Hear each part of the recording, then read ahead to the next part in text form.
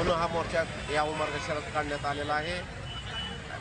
काय आव्हान आहे, काय आपलं आव्हान काय आहे आपलं? आव्हान या सरकारला आहे की अबकडं वर्गीकरण करू नका।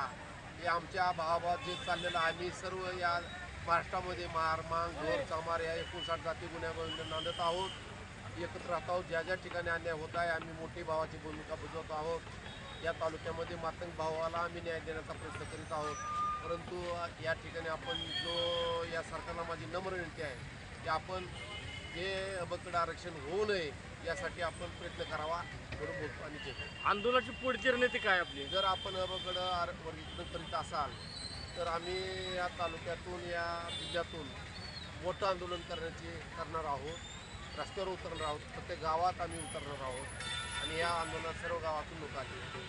जे समाज बांधव आंदोलनामध्ये सहभागी झाले अशा समाज बांधव आपलं काय आव्हान असेल पुढील काळात?